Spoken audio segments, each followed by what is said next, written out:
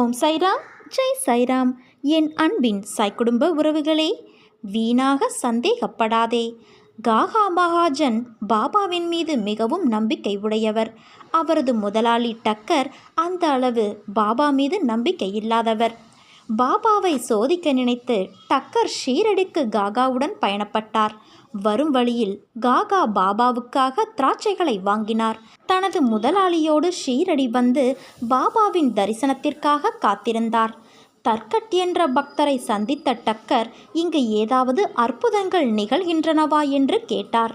சாயி தரிசனத்திற்காக மட்டுமே தான் வந்திருப்பதாகவும், அற்புதங்கள் நிகழ்கிறதா என பார்ப்பது தனது வேலையல்ல எனவும், ஆனால் அனைவரது பிரார்த்தனைகளும் இங்கு கேட்கப்படுகின்றன என்று தர்கட் பதில் கூறினார்.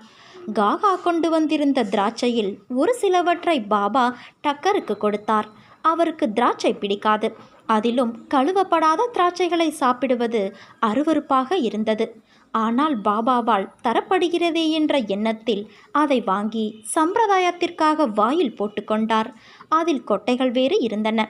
அவற்றை மெல்லவும் முடியாமல் துப்பவும் முடியாமல் தவித்து கொண்டு இருந்தார். பாபா உண்மையிலேயே ஞானியாக இருந்திருந்தால் தனக்கு திராட்சை பிடிக்காது என்ற விஷயம் கூட தெரியாது இருக்குமா?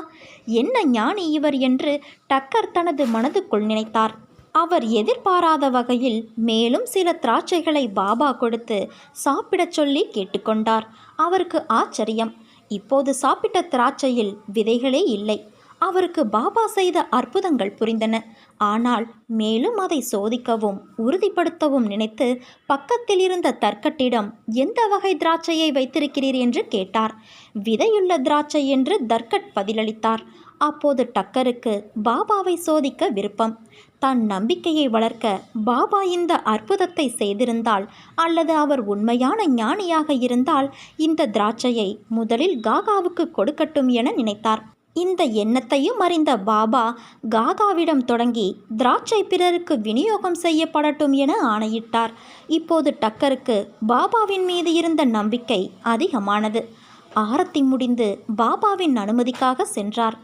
இவரை காகா பாபாவுக்கு அறிமுகப்படுத்தும் போது தன்னுடைய எஜமானர் என்று அறிமுகப்படுத்தினார். இவர் எப்படி உன் எஜமானராக இருக்க முடியும்? இவருக்கு வேறு ஒரு எஜமானர் இருக்கிறார் என்று கூறிவிட்டு ஒரு கதையை சொல்ல ஆரம்பித்தார் பாபா. நிலையற்ற புத்தியுள்ள மனிதன் ஒருவன் இருந்தான். அவனுக்கு செல்வம், ஆரோக்கியம் எல்லாம் இருந்தன. எவ்வித மனவேதனைகளும் இல்லை. ஆனாலும் தேவையற்ற கவலைகளையும் பாரங்களையும் தன் மீது போட்டுக்கொண்டு மன அமைதியை இழந்து அங்குமிங்கும் சுற்றி கொண்டு இருந்தான். ஒரு முறை கவலையை இறக்கி வைப்பான், இன்னொரு முறை அதை தன் மீது ஏற்றிக்கொண்டு திரிவான். அவனது மனதுக்கு உறுதி என்றால் என்ன என்பதே தெரியாது. ஐயோ பாவம் அவன். அவனுக்கு உதவி செய்ய இரக்கம் கொண்டேன்.